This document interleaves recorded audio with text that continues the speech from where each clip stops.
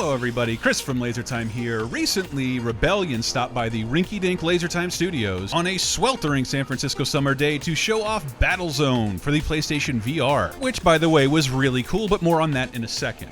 But if the name Battlezone doesn't ring a bell, it's not just because it's a super generic name you might have seen on the news or The Simpsons. Bunny! Battlezone! Or go to hell! What? I thought I hadn't heard of Battlezone either until I thought way back to the vague, hazy arcade days of my very early youth. Battlezone kinda slipped my memory, but that's because it's a video game legacy that predates even me! The first Battlezone debuted in arcades in 1980, where the Atari game immediately created a splash. Now, 3D is pretty much the standard for video games today, but it took a long time to get there. However, Battlezone did it 35 years ago. And yeah, I know the vector graphics look very dated today, but Battlezone essentially created the first ever navigable 3D environments, and since the original arcade cabinet demanded players to look into a periscope viewfinder, the arcade Battlezone is considered one of, if not the first, virtual reality games ever. And you probably remember it. It was a staple of smoky coin-ops in the 1980s, inspiring dozens of clones, including the first Star Wars game, which you're probably more familiar with. I know all of this looks crude and rudimentary, but there is something about Battlezone's tank-based gameplay that holds up due to its simplicity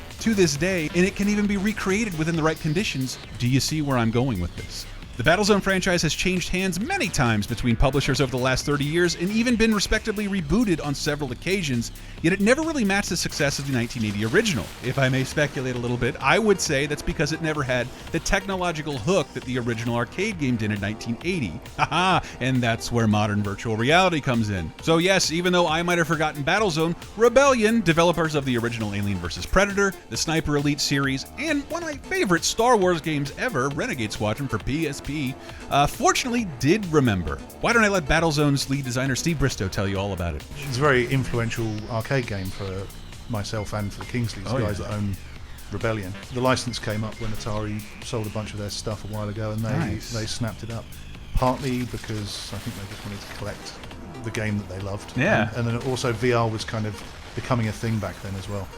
And so they were sort of looking ahead as it spoke to them as being something that would be suitable for VR.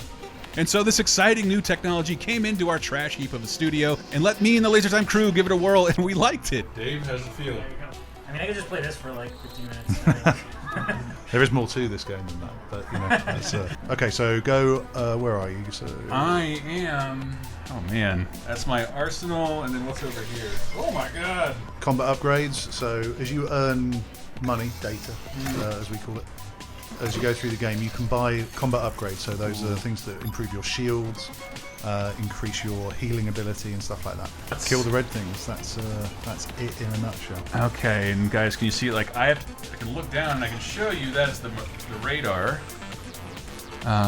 Those red arrows in front of you are indicating that your crosshairs up above you. So look up. Oh man. Yeah, there you go. So you got your crosshair there. So they don't have finite ammo. It's just a longer reloading time, maybe, or so you can't actually run out of ammo for some of these special weapons. You can, yeah. All of the weapons, apart from the blaster, all the tanks are sort of have as a default weapon. All of them have got a finite amount of ammo, but as you get upgrades for them, your ammo capacity increases. Nice. So you've got like a certain number of shots in a clip, usually, depending on the gun. Right. And then a reserve of ammo, and both the reserve and the clip size can go up with the upgraded versions. We are getting 60 frames off of this, and that does make a real difference in terms of VR. But if not, I apologize. You should have been here. Owning it. That was a nice shoot. Was it? Was it okay? Yeah, it was good. See, I always knew I was great. Seeing it, hearing it validated while I'm completely immersed in VR. Yeah. Oh god.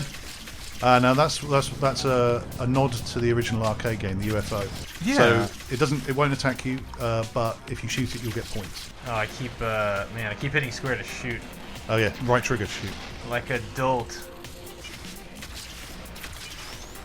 Eat it, man! Michael Bay right in my face. Yeah. That does actually do damage to your if they land on you, and indeed other enemies as well. So have a look down to see what your objectives are on that monitor. What is that? Assault the enemy stronghold. Oh, there you go. So I gotta find this stronghold guy and assault him.